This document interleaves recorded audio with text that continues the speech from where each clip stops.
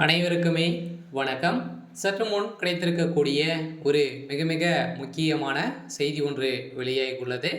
சற்று முன் சபரீசன் சிறையில் அடைப்பு, கதரும் முதல்வர் ஸ்டாலினுடைய மகள், இது மாதிரி பார்த்தீங்கன்னா செய்திகள் வெளியாயிருக்கு.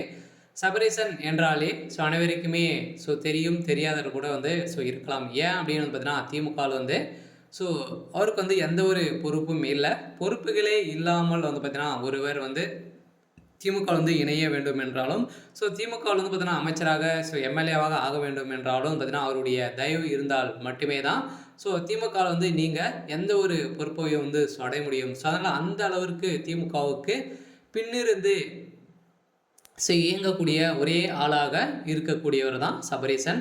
இந்த சபரீசன் அவர்கள் பார்த்தீங்கன்னா இப்போ அதிரடியாக ஒரு வசமான வழக்கில் தான் சிக்கியிருக்காரு முதலமைச்சர்.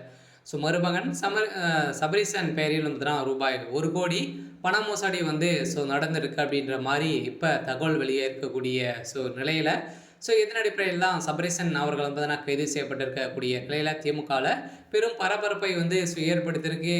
இதன் அடிப்படையில் பார்த்தீங்கன்னா திருப்பத்தூர் மாவட்டத்தில் பார்த்தீங்கன்னா நாராயணப்பட்டு பகுதியை சேர்ந்த பாரதி இவர் ஊராட்சி மன்ற தலைவராகவும் கடந்த 10 வருடங்களாகவே அதே பகுதியில் திமுக கவுன்சிலராகவும் உள்ளார். திமுகவில் எம்எல்ஏ சீட்டை கேட்டு முயற்சி செய்ய போது பாரதிக்கு கிடைக்கவில்லை. இதனால் அரசு பணி வழங்குவதில் தீவிரம் காட்டி வந்துள்ள நிலையில் இதனிடையே வேலூர் மாவட்டத்தில் ஓட்டல் நடத்தி வரும் அதிமுகவை சேர்ந்த பாலச்சந்திரன் மூலம் புவனேஷ் அவரது மனைவி ராஜலட்சுமி ஆகியோரிடம் 16 வாரித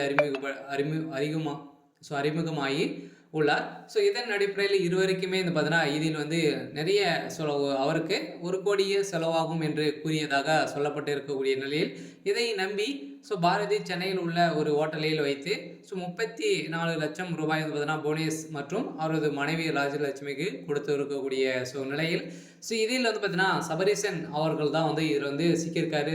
சபரீசன் அவருடைய ஸ்டாலினுடைய மருமகனாக இருக்காரு. அவர் தான் சபரீசன் தான் இந்த பதவியை வாங்கி தர உள்ளதாக தெரிவிக்கப்பட்டு இருக்கக்கூடிய நிலையில் இந்த பல மாதங்கள் கழித்தும் பதவி வாங்கி தருவதால் சந்தேகமடைந்த பாரதி பணத்தை திருப்பி கேட்டதால் இப்போ அவர் கொலை செய்யப்பட்டதாக இப்போ செய்தி வெளியேறக்கூடிய நிலையில் தான் இதற்கு சபரீசன் அவர்கள் இந்த கொலை சம்மந்தப்பட்ட நிலையில் இப்போ கைது செய்யப்பட்டிருக்காரு. அதனால் திமுகவுடைய தலைமையகத்துக்கு யார் வேண்டுமானாலும் பார்த்தீங்கன்னா பதவி ஆகலாம், இருந்தாலுமே பணம் அதுக்கப்புறம் பார்த்தீங்கன்னா சபரீசனுடைய தயவு இருந்தால் மட்டுமே திமுக நீங்கள் காலே சுவைக்க முடியும். அந்த அளவுக்கு தான் சபரீசன் அவர்கள் இருக்கா இல்லையா.